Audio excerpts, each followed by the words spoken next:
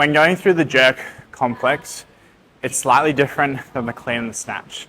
There is an initial starting exercise called your split stance strict press.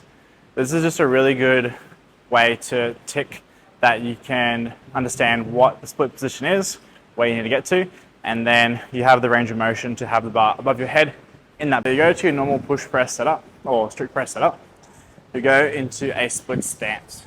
And from here, you're pressing to the ceiling and just going through the prescribed amount of reps. It's going to be a little bit easier to see the desired setup from the side view.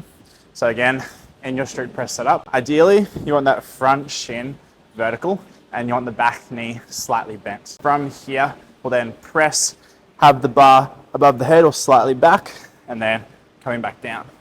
We shouldn't really have the bar too far in front of the body. We want it more over the top, and then it doesn't need to be too far behind. We can find that center point and then come back down. Should feel a lot of tension through the legs being in the split position, and then you should feel the shoulders working. A useful point to look at from the front view is the width of the legs. So we don't want to be too narrow or too wide, just finding in between roughly around hip width or slightly wider, and then going through your reps. As an overview for this exercise, I would suggest going out from a rack.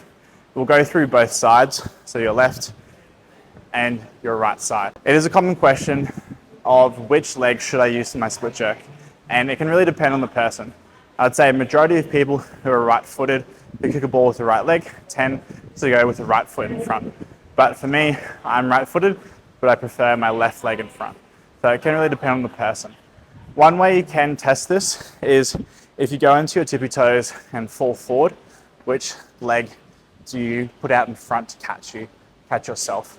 Like what feels more natural to catch yourself as you fall forward? And then you can go with that. I like to do both legs for the strict press just to work on both sides and see how it feels. But for your split jerk and the rest of your weightlifting training, it's fine if you just continuously do the one side. We don't need to do, say, 3 split jerks one leg, 3 split jerks the other leg. We can just focus on the side once you've found out what works for you. You should feel the shoulders working a lot here. You'll feel the legs a lot just because you're probably not used to being in that split stance position. But it's a great way to tick off. Can you do the split stance, first of all? Can you press the bar above your head? Can you get it over the top of your head? And then can you do those two things together? And that's going to help set you up for the next part.